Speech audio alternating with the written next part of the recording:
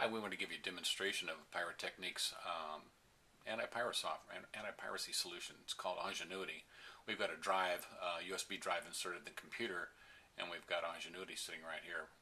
You just double click on it to activate it, and it pops up, and you see a window that tells you that it's loading. Right now it's going through and doing a lot of different things inside the drive, but most importantly is it's determining whether or not this computer is a candidate for an install based upon preset conditions. You can change those conditions. You can say one computer or 100 computers. Then once it does determine that it's possible for this, that it's a good candidate for the install, then it begins the extraction of the software and does the installation. This computer, I believe, already has this software on it, so it's going to give you the modify, repair, remove window. But you click through it, and then once it's done, and Ongenuity steps back out of your way, and you can remove that drive from the computer once that process is completed and store it. You don't need it to use it as a dongle in order to run the software.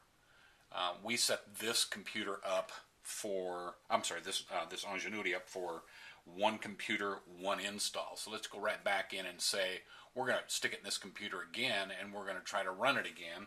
And you'll see what happens when it does. It goes in and pulls a digital fingerprint from the computer, determines what the conditions were preset by the publisher, which in this case was us. We said one install per computer and one computer.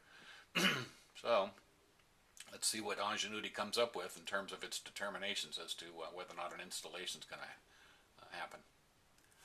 Apparently it says that this installation would exceed the total number of installations authorized for this device, and installation will not occur. Now, as a software publisher, you can change this verbiage to say anything that you want in there, but one thing's for sure, Ongenuity did not allow this installation to take place. What it also does is it sends an email off to the IP address, to an email address set up by the software publisher, and lets them know that an installation has been attempted, but that Ongenuity stopped it. And what it does is it sends that email out with the IP address of the internal computer, and also the DNS IP address from the building that it was attached to. We're gonna go in there and dig this up and see if we got any emails. Apparently we do, and there it is right there. It says, here it is right here, IP abuse at ongenuity.net. This is a courtesy notification.